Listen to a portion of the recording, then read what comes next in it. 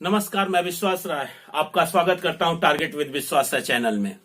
आज हम उत्तर प्रदेश दरोगा परीक्षा जो अब ये श्योर हो चुका है ताली और थाली के बाद कि अब बहुत जल्द ही हमें इसका नोटिफिकेशन मिलने वाला है। बच्चों, एक बात मैं आपसे कहना चाहूंगा कि मरी हुई मछली सदैव जल की धारा के अनुकूल ही तैरती है, लेकिन जो जीवित मछली होती है वो सदैव धारा के विपरीत ही तैरती है।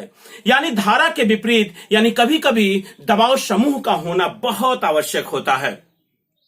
मैं सभी शिक्षकों और छात्रों को सधन्यवाद प्रस्तुत करूंगा कि उन लोगों ने जो कड़ी मेहनत की, एक विरोध की मेहनत की, अपने जो मूल अधिकार की रक्षा के लिए जो आवाज उठाई, वो सराहनीय कदम था। और अभी हाल ही में कल ही आपने देखा, शाम तक आते आते सरकार अपने घुटनों के बल आ चुकी थी और लगातार एनटीपीसी और आरआरबी की वैकेंसी का अब हमें 15 दिसंबर का एक डेट मिल गया एग्जामिनेशन का। तो अब तो तैयार हो जाइए। और हां, इस विरोध को यही नहीं रोकना है, आपको धारा के विपरीत तैरना ही होगा। यदि आप जीवित हैं, विरोध तो करना ही होगा। हां, अलग बात है पॉलिटिकल अंदाज में नहीं, हमें केवल मेरा अधिकार चाहिए, मेरे छात्र हित चाहिए, हमें रोजगार चाहिए। किसी ने कहा कि क्या सरकार सभी को सरकारी नौकरी देगी? तो फिर सरकार गवर्न का मतलब क्या होता है? कि केवल कुर्सी संभालना? क्या अपने नागरिकों को इतना भी वो नहीं कर सकती कि नागरिकों को एक अमन चैन से, एक जीवन को एक सुचारू रूप से चलाने के लिए एक उद्योग, धंधे, व्यापार, नौकरियां सब मिलाकर रोजगार की एक दृष्टि तैयार होती है। तो बहुत अच्छा लगा और ये एनटीपीसी और आरआरबी के लिए अब तैयार रहें। और साथ ही यूपीएसआई का नोटिफिकेशन जो 17 तारीख को टेंडर निकलने वाला है, तो कंफर्म है डेट 17 सितंबर भी तय हो चुकी है और उसके बाद सितंबर के अंतिम सप्ताह में ही आपको आपका नोटिफिकेशन देखने के लिए मिल जाएगा। तो फिर और अगर देखें तो जीएस का एक पार्ट जो कि मूल विधि के रूप में है। बच्चों, जो जीएस का पार्ट एक मूल विधि के रूप में है, जिन लोगों ने मेरा पहला वीडियो नहीं देखा है, सामान्य परिचय का, बहुत ही महत्वपूर्ण है और मैं 100% सुनिश्चित हूं कि वहां से क्वेश्चन उठेंगे ही उठेंगे और उस वीडियो को प्लेलिस्ट में जाकर आप देख सकते हैं। साथ ही हमने एक और वीडियो बनाया है जो कि दरोगा परीक्षा की रणनीति पर हमने चर्चा की है। तो आइए, अध्याय 1 हमने उसमें हम आपको समझा चुके थे, जिसमें नाम और विस्तार, या यूं कहें कि संहिता का नाम तथा उसका विस्तार अध्याय 1 था। और इस अध्याय 1 में हमने चर्चा कर ली थी अपने 5 अनुच्छेद धारा की, आईपीसी की धारा की, भारतीय दंड संहिता की। तो भारतीय दंड संहिता का अगर हम पुनः एक बार रिवीजन करें तो यह 1860 में लॉर्ड मैकाले द्वारा प्रस्तावित थी और 6 अक्टूबर 1860 को लॉर्ड कैनिंग द्वारा पास की गई, जो कि भारत का प्रथम वायसराय भी था। और 1 जनवरी 1862 को इस आईपीसी को लागू किया गया। इसमें कुल 23 अध्याय हैं और 511 कुल धाराएं हैं। तो हमें 511 धाराएं नहीं पढ़नी हैं। और हमने आपसे कहा कि उसका वेबसाइट आप ना देखें, उस जो क्वेश्चन कैसे पूछेगा, कितना पूछेगा, किसी को नहीं पता। तो आप ये ना देखें कि 24 क्वेश्चन हमारे मूल विधि और संविधान से आएंगे, पलट सकते हैं। लगभग 10 प्रश्न तो 40 प्रश्नों में मान के चलिएगा, जीएस के 40 प्रश्नों में कि करंट अफेयर्स से होंगे। उसके बाद मूल विधि से 10 क्वेश्चन तो आपके होंगे ही और एक एक क्वेश्चन आपके लिए बहुत ही महत्वपूर्ण होंगे इस कंपटीशन की दशा में, जब हमें ऊपरी सतह पर, यानी अगर अपने स्थान बनाना है, श्योर होना है, तो हमें एक एक प्रश्न पर निगाह बनाए रखनी होगी और ये चैनल आपकी सहायता करेगा। तो आज हम भारतीय दंड संहिता 1860 के अध्याय 2 साधारण स्पष्टीकरण, ये धारा 6 से और धारा 52 क तक है। तो जितनी महत्वपूर्ण धाराएं हैं हम उन्हें पढ़ेंगे, आप उन्हें नोट करेंगे और यकीनन हम आपसे कह रहे हैं कि वीडियो से एक भी प्रश्न बाहर नहीं जाएगा। लगातार बने रहें इस चैनल के साथ। तो अब आते हैं हम इस अध्याय 2 के, जो कि अध्याय 2 कहता है साधारण स्पष्टीकरण और धारा 6 से धारा 52 क की व्याख्या करता है। तो धारा, हम जो महत्वपूर्ण धारा है, इसमें धारा आती है 8। धारा 8 यानी धारा 8 क्या कहती है? तो बच्चों याद रखिएगा, धारा 8 लिंग को सूचित करती है और लिंग वो वहां भी पुल्लिंग वाचक संज्ञा प्रयोग होगा। जो लिंग होगा, याद रखिएगा बच्चों, धारा 8 में लिंग जो होगा वो पुल्लिंग वाचक संज्ञा के रूप में प्रयोग होगा। पुल्लिंग वाचक संज्ञा के रूप में, पुल्लिंग वाचक संज्ञा के रूप में प्रयोग होगा।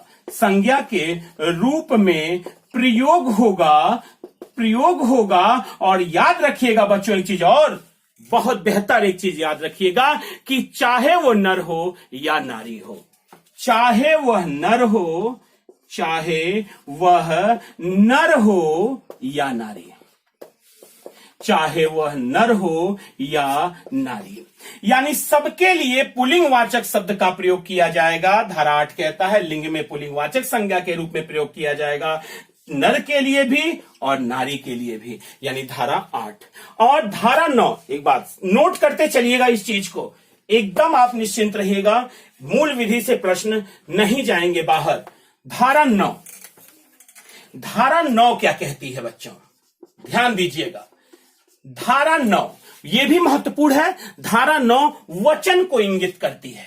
वचन, जो वचन होगा वो धारा 9, भारतीय दंड संहिता की धारा 9 जो है ये वचन को इंगित करती है। और धारा 10, धारा 10, जो धारा 10 है, पुरुष और स्त्री शब्द किसी भी आयु के नर या नारी द्योतक हैं। पुरुष और स्त्री शब्द में अगर पुरुष लिख रहा है तो आप ये नहीं कह सकते पुरुष और स्त्री शब्द में, पुरुष और स्त्री शब्द में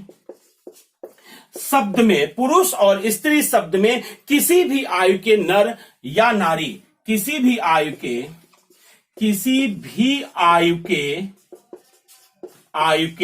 नर और नारी द्योतक हैं। तो पुरुष और स्त्री शब्द में किसी भी आयु का नर और नारी हो। बच्चों एक बात बहुत ध्यान से सुनिएगा, अगर वो पुरुष चाहे वो 1 वर्ष का बच्चा हो चाहे 100 साल का हो, कहलाएगा पुरुष ही। नारी यानी चाहे वो 1 साल की बच्ची हो चाहे 100 साल की स्त्री हो, कहलाएगी नारी ही। यानी नर और नारी, पुरुष और स्त्री शब्द में किसी भी आयु के नर नारी, चाहे वो 1 वर्ष के हों, चाहे 1 वर्ष या 100 वर्ष, कोई प्रभाव नहीं पड़ता, कोई प्रभाव नहीं पड़ता। ये धारा 10 कहती है, भारतीय दंड संहिता की धारा 10 कहती है, भारतीय दंड संहिता की धारा 10 कहती है पुरुष और स्त्री शब्द में किसी भी आयु के नर नारी सम्मिलित होंगे, चाहे वो 1 वर्ष का हो चाहे वो 100 वर्ष का हो, कोई फर्क नहीं पड़ता।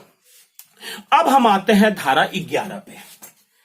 जो महत्वपूर्ण धाराएं हैं वो आपके पास जा रही हैं और पूरी व्याख्या के साथ, क्वेश्चन नहीं जाएगा, वीडियो लगातार आप देखते रहें।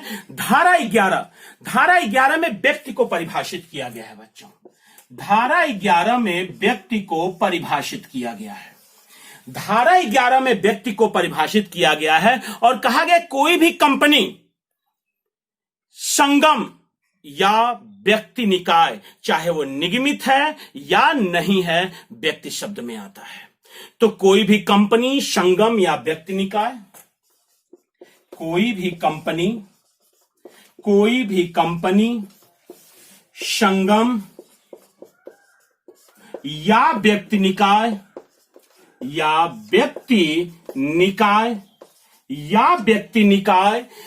चाहे वह निगमित हो या नहीं, चाहे वह निगमित हो या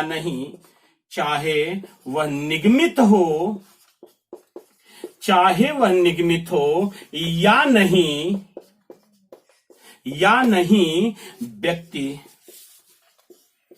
व्यक्ति शब्द में आता है, व्यक्ति शब्द में आता है। तो बच्चों याद रखिएगा, व्यक्ति शब्द में आता है।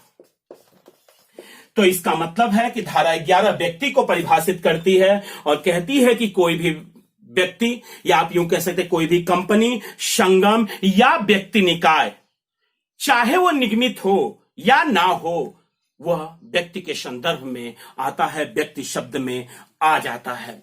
ये रहा आपका धारा 11, आप इसे नोट करते रहेंगे। धारा 11। अब हम पढ़ने वाले हैं धारा 12, भारतीय दंड संहिता की धारा 12। धारा 12, ये जो भारतीय दंड संहिता की धारा 12 है वो लोक शब्द को लाती है। तो लोक का मतलब क्या होता है? लोक का कोई भी, वर्ग, समुदाय लोक शब्द में आता है। यानी आप कह सकते हैं कि 12 लोक को वर्णित करता है और लोक जो का कोई भी वर्ग, समुदाय लोक शब्द में आ जाता है। कोई भी वर्ग या समुदाय, कोई भी वर्ग या समुदाय, कोई भी वर्ग या समुदाय लोक शब्द के अंतर, लोक का अर्थ ही होता है जनता। तो जनता यानी हम सिंगल शब्द में नहीं ले रहे हैं इसे, हम कह रहे हैं कि कोई भी वर्ग हो या समुदाय हो, इस लोक शब्द के अंतर्गत आ जाएगा, इस लोक शब्द के अंतर्गत आता है। और इस लोक शब्द की परिभाषा धारा 18 आईपीसी के भारतीय दंड संहिता की धारा 12 में दी गई है। और यही आईपीसी जो भारतीय दंड संहिता देख रहे हैं, इसका प्रारूप जो था लॉर्ड मैकाले ने 1860 में प्रारूप लाया था, प्रस्तावित किया था, जिसे लॉर्ड कैनिंग ने 1 जनवरी, आप यूं कहें 6 अक्टूबर 1860 को इसे पास कर दिया। क्योंकि उस समय वायसराय था, भारत का पहला वायसराय बना हुआ था। और 1858 के भारत सरकार अधिनियम के तहत जब भारत के गवर्नर जनरल को वायसराय की संज्ञा दी गई, और आपको पता होगा बच्चों की सिपाही विद्रोह भी या भारत का प्रथम स्वतंत्रता संग्राम भी लॉर्ड कैनिंग के ही काल में हुआ था। और 1 जनवरी 1862 को इसी भारतीय दंड संहिता को लागू कर दिया गया। और आपको पता है कि जम्मू कश्मीर में चूंकि जब तक यानी 31 अक्टूबर 2019 तक जम्मू कश्मीर में रणबीर संहिता इसका स्थान ले ली थी, लेकिन अनुच्छेद 370 संविधान की धारा का कुछ खंड हटाने से जब अखंड भारत में उसका विलय कर लिया गया, उसको एक अलग स्टेटस का दर्जा समाप्त किया गया, तब 31 अक्टूबर 2019 से आज वर्तमान में वहां पर भी जम्मू कश्मीर में भी भारतीय दंड संहिता का प्रावधान है। आते हैं टॉपिक पे। अब आप देख रहे हैं कि हम अब बात करने वाले हैं धारा 17 पे। धारा 17 पे जो महत्वपूर्ण धाराएं हैं वही, और आपसे पुनः हम कहेंगे कि नहीं जाएगा इधर उधर क्वेश्चन आपको मिलेगा। तो धारा 17 सरकार को वर्णित करती है। धारा 17 सरकार को वर्णित करती है। और एक बात और याद रखिएगा बच्चों, जो धारा 18 है वो भारत को वर्णित करती है। आईपीसी की धारा 18 में भारत जो शब्द है वह वर्णित है, यानी 17 में सरकार वर्णित है और धारा 18 में भारत वर्णित है। आते हैं अपने आईपीसी की धारा 19 पे। आईपीसी की धारा 19 पे, आईपीसी की धारा 19, भारतीय दंड संहिता की धारा 19 पे आते हैं। एक बात याद रखिएगा धारा 19 में कि न्यायाधीश एक शब्द जो आप जस्टिस, न्यायाधीश शब्द न केवल हर ऐसे व्यक्ति का द्योतक है, जो पद रूप से न्यायाधीश अभिहित हो, किंतु हर व्यक्ति का भी द्योतक है जो विधिक कार्यवाही में चाहे सिविल हो या दांडिक हो, अंतिम निर्णय या ऐसा निर्णय जो उसके विरुद्ध अपील न होने पर अंतिम हो जाए, हम उसे न्यायाधीश शब्द में इंगित करते हैं। यानी भारतीय दंड संहिता की धारा 19 कहती है। भारतीय दंड संहिता की धारा 19 कहती है। धारा 20 भारतीय दंड संहिता की धारा 20 जो है न्यायालय को एक शब्द देता है, यानी न्यायालय की परिभाषा तय करता है। धारा 21 याद रखिएगा बच्चों, जो धारा 21 है वो लोक सेवक की बात करता है। धारा 21 लोक सेवक की बात करता है। और धारा 22 नोट करते रहिएगा, 21 लोक सेवक की बात करता है और जो 22 है वो जंगम संपत्ति की बात करता है। जंगम संपत्ति की बात करता है, संपत्ति की चर्चा करता है। आपका धारा 22 संपत्ति की चर्चा करता है। और जो धारा 23 है वह सदोष अभिलाभ की चर्चा करता है। 1 मिनट आप इसे नोट कर लीजिएगा। धारा 23 जो है, धारा 23 जो है वह सदोष अभिलाभ की चर्चा करता है। सदोष अभिलाभ सदोष अभिलाभ की चर्चा करता है। यानी ऐसा दोष जो जानबूझकर अभिलाभ के रूप में लिया गया हो, ऐसे को धारा 23 के तहत दंडित किया जाता है। यानी यहां पर धारा 23 जो है वह सदोष अभिलाभ की चर्चा करता है। धारा 24 बेईमानी की चर्चा करता है। बेईमानी की चर्चा करता है, ये जो धारा 24 है। और धारा 25 कपटपूर्वक। धारा 25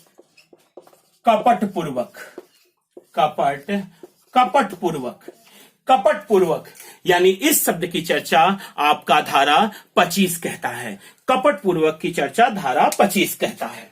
यानी धारा 23 सदोष अभिलाभ, धारा 24 बेईमानी, धारा 25 कपटपूर्वक, ये दंडनीय है। और ये अध्याय 2 में साधारण स्पष्टीकरण में इनका उल्लेख है। इन्हें स्पष्ट किया गया है कि कपटपूर्वक किसे कहेंगे, बेईमानी किसे कहेंगे, सदोष अभिलाभ किसे कहेंगे, सदोष अभिलाभ किसे कहेंगे। और अब महत्वपूर्ण आपको धारा 34 जो महत्वपूर्ण है बच्चों, हम उस पर जरूर आ रहे हैं और 100% वही पढ़िएगा, आपको क्वेश्चन मिलेंगे। तो धारा 34 सामान्य आशय बहुत ही महत्वपूर्ण है। सामान्य आशय धारा 34 है वो सामान्य आशय की चर्चा करता है। आशय जो आपराधिक कृत्य करने वाले लोगों को ज्ञात है। आशय जो आपराधिक कृत्य करने वालों को ज्ञात है। आपराधिक कृत्य करने वालों को ज्ञात है। ऐसी को हम सामान्य आशय कहते हैं। ऐसे शब्द को हम सामान्य आशय कहते हैं, जो कहता है कि वह आशय जो आपराधिक कृत्य कर रहा है, करने वालों को ज्ञात हो। आप ही ने कहा था कि मानव होना चाहिए, आपराधिक कृत्य होना चाहिए, दुराशय होना चाहिए, और ऐसा कोई कृत्य होना चाहिए जो समाज के खिलाफ हो, तभी आप उसे अपराध की संज्ञा देते हैं। क्योंकि अपराध के लिए 4 आवश्यक तत्व हैं। अपराध के लिए 4 आवश्यक तत्व हैं। पहला तो आपने कहा था मानव हो, दूसरा आपराधिक दुराशय हो, तीसरा वो आपराधिक कृत्य कर चुका हो, और चौथा ऐसा कृत्य जो कि समाज के खिलाफ हो, तो बहरहाल हम आते हैं सामान्य आशय पे। आशय जो आपराधिक कृत्य करने वालों को ज्ञात हो, धारा 34 के अंतर्गत आता है। और याद रखिएगा बच्चों, यहां से क्वेश्चन यूपीएसआई में पूछा गया है। यहां से वाद पूछे गए हैं यूपीएसआई में कि धारा 34 निम्नलिखित कौन से वाद धारा 34 के अंतर्गत आते हैं, या धारा 34 में कौन से वाद दाखिल किए गए। तो याद रखिएगा, बहुत ही महत्वपूर्ण है, इंपॉर्टेंट है बच्चों। अतः आप यहां से वाद याद रखिएगा धारा 34 का। और धारा 34 कहती है सामान्य आशय, ऐसा आशय जो आपराधिक कृत्य करने वालों को ज्ञात है। इनमें कौन कौन से वाद हैं? पहला वाद है वारिंद्र कुमार घोष बनाम किंग इंपरर। वारिंद्र कुमार घोष बनाम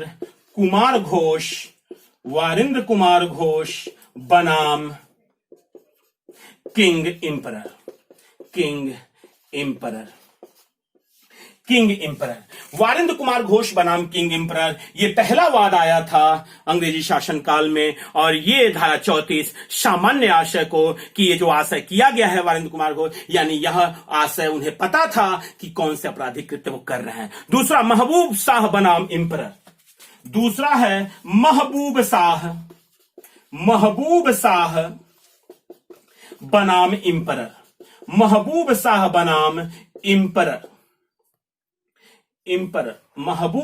बनाम इंपरर।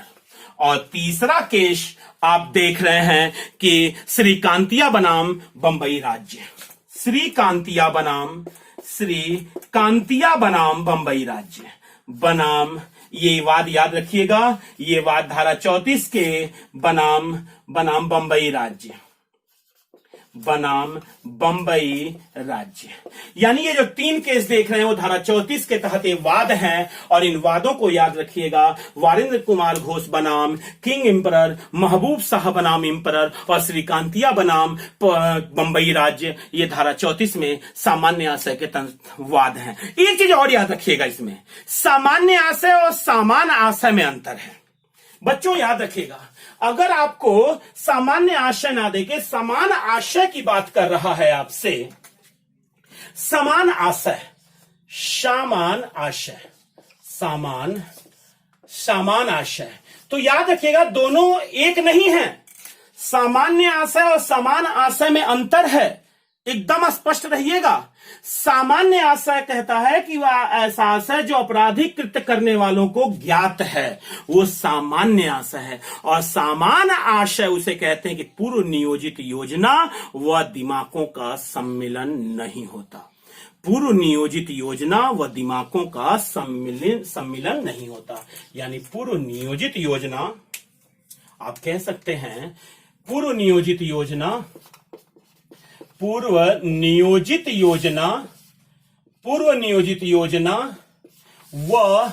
दिमागों का सम्मिलन नहीं होता। अगर इस तरीके का कोई कृत्य है, आपराधिक कृत्य है, तो वो समान आशय के अंतर्गत आएगा। और अगर उसे दिमाग का उपयोग कर लिया है, करने वाले को ज्ञात है, तो सामान्य आशय होगा। तो दोनों में अंतर स्पष्ट है। यहां पे दिमाग नहीं है, यहां पे दिमाग है। यहां पूर्व नियोजित योजना और दिमागों का सम्मिलन नहीं होता। लेकिन आप यहां देख रहे हैं कि सामान्य आशय में कि आशय जो आपराधिक कृत्य करने वालों को ज्ञात है। तो कभी भी यहां पे कंफ्यूज ना होइएगा, सामान्य आशय और समान आशय में अंतर है, और इसी को स्पष्ट रखिएगा। ठीक है, अब हम बात कर रहे हैं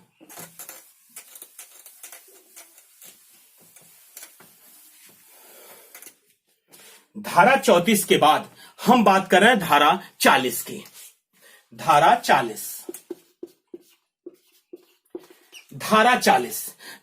40 अपराध को परिभाषित करता है, स्पष्टीकरण अपराध की करता है कि अपराध का स्पष्टीकरण धारा 40 करता है भारतीय दंड संहिता का। धारा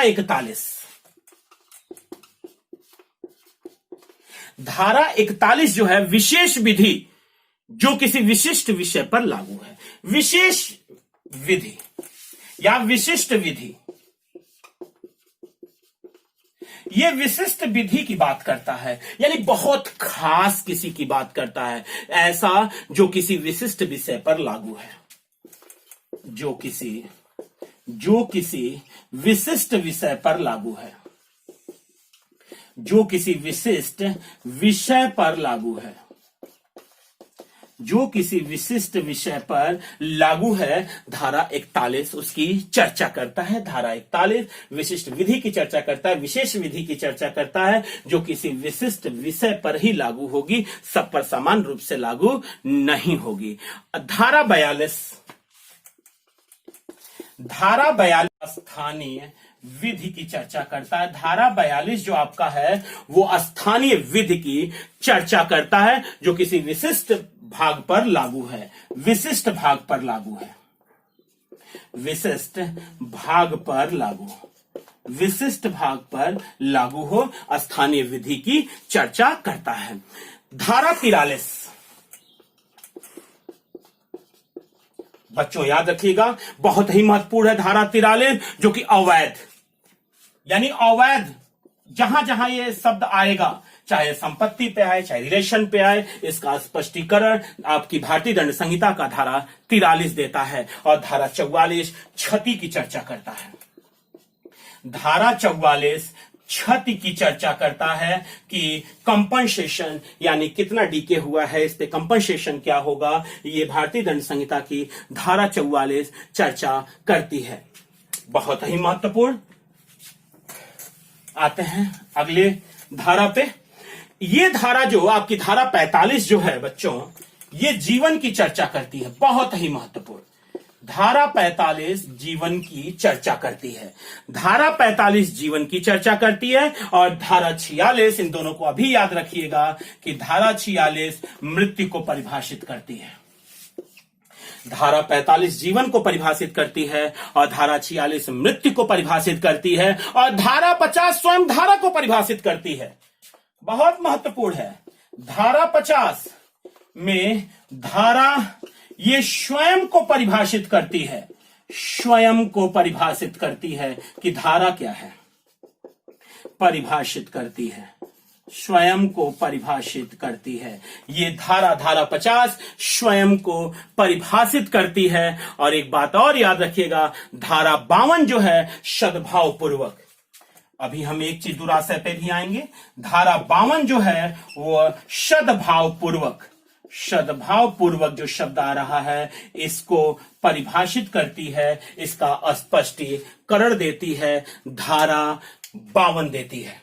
बढ़िया, आगे आते हैं जो कि बहुत महत्वपूर्ण है बच्चों, याद रखिएगा। ये अध्याय 2 के अंतर्गत ही हम इसे ले रहे हैं, जो कि मनः स्थिति या दुराशय पर प्रमुख वाद है। मनः स्थिति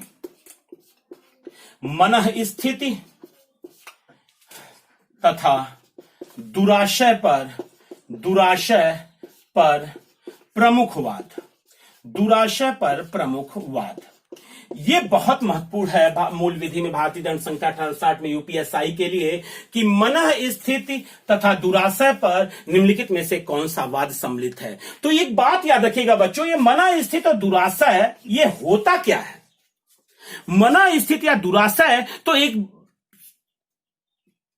कानूनविद हैं लॉर्ड कोक कहते हैं कि कोई कृत्य स्वयं अपने आप में अपराध नहीं हो सकता जब तक वह आपराधिक मनः स्थिति से ना किया गया हो। कोई कृत्य स्वयं अपने आप में अपराध नहीं हो सकता, कोई कृत्य स्वयं अपने आप में अपराध नहीं हो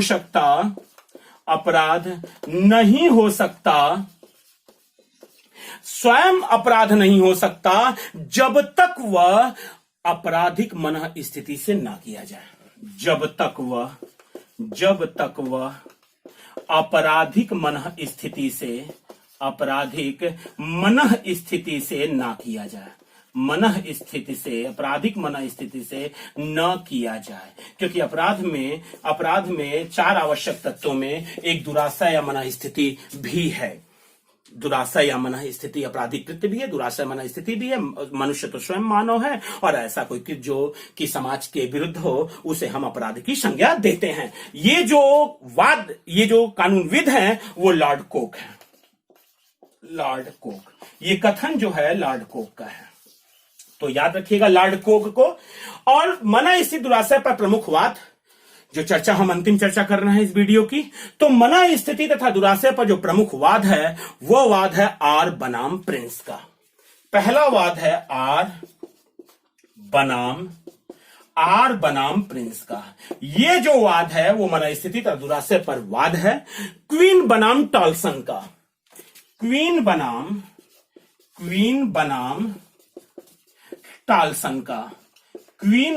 टाल्सन का। और जो तीसरा वाद आया वो आया सिराज बनाम रूटजन का।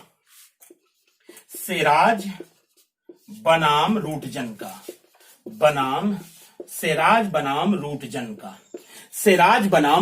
का। और जो चौथा प्रमुख वाद आया नाथूराम बनाम मध्य प्रदेश राज्य का।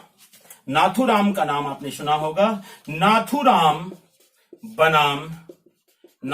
बनाम मध्य प्रदेश राज्य का। यानी ये जो 4 वाद, आर बनाम प्रिंस, क्वीन बनाम टॉल्सन, सिराज बनाम रूटजन और नाथूराम बनाम मध्य प्रदेश राज्य, 4 वाद देख रहे हैं वो मनः स्थिति तथा दुराशय पर प्रमुख वाद हैं।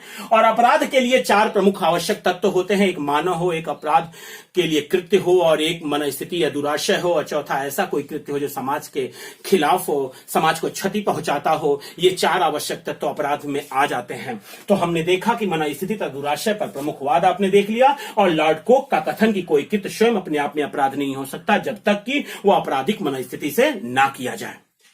तो बच्चों, अध्याय 2 आपका यहीं समाप्त होता है।